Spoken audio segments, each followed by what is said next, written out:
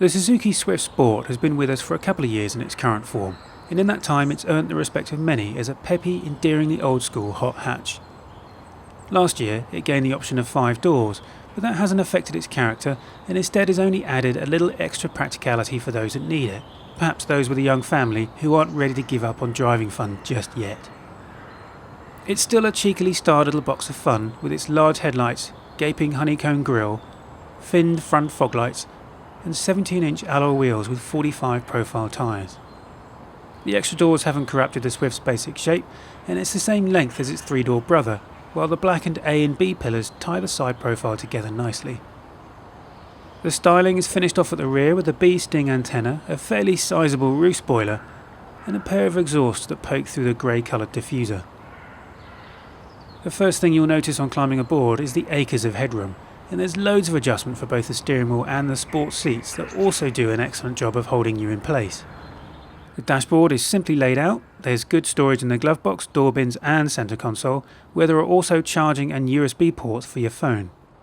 The instruments are clear, the switchgear is where you'd expect it, and the chunky steering wheel finishes things off nicely. It might not be the last word in interior design, but there's something very honest about it all. There's no fuss to it.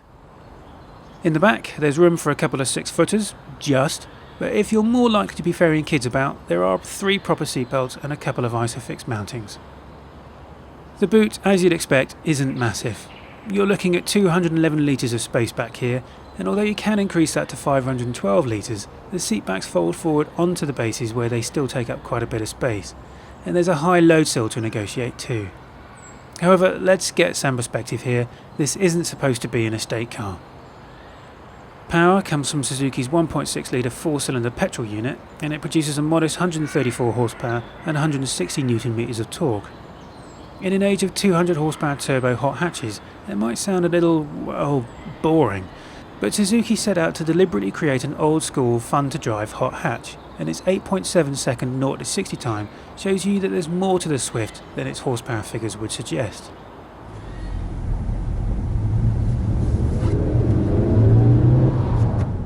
On the move, the Swift feels a little lethargic if you keep the revs below 4,000 or so, however that makes it docile around town, and it's very forgiving of being left in the wrong gear. And speaking of gears, the 6-speed manual box has a light and easy-going shift action. Peak power is developed just below 7,000 RPM, and that means to get the best from it, you need to snick down a ratio or two and work the engine a little harder. That is kind of what the Swift is all about though. You can't just amble along and then expect the engine to do everything for you. You have to engage with the experience in the way we used to with hot hatches before turbocharging became a thing. It's the same with the handling. The Swift turns in sharply with practically no body roll, but the ride is on the sporty side of firm, so there's a definite purpose to it. It's never annoying, but there's no forgetting you're in the fun version. But then that's the point. The Swift Sport is about having fun. It's no point in squirt machine, it's a sporty little hatch that demands and rewards a little extra driver involvement. It's just that now it's available as a 5-door, you can bring the family along too. Owning one needn't trouble the family finances though, with the 5-door coming in at $14,499 with a standard spec that includes sat-nav, climate control, xenon headlights, keyless entry, cruise control and plenty of other goodies.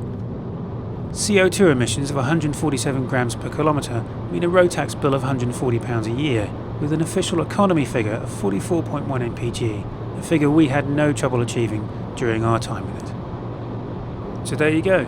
If you like your hot hatches pure and unspoilt by turbos or gimmicks like stop-start and fun-killing traction control, you might just be exactly who Suzuki's engineers had in mind when they made the Swift Sport.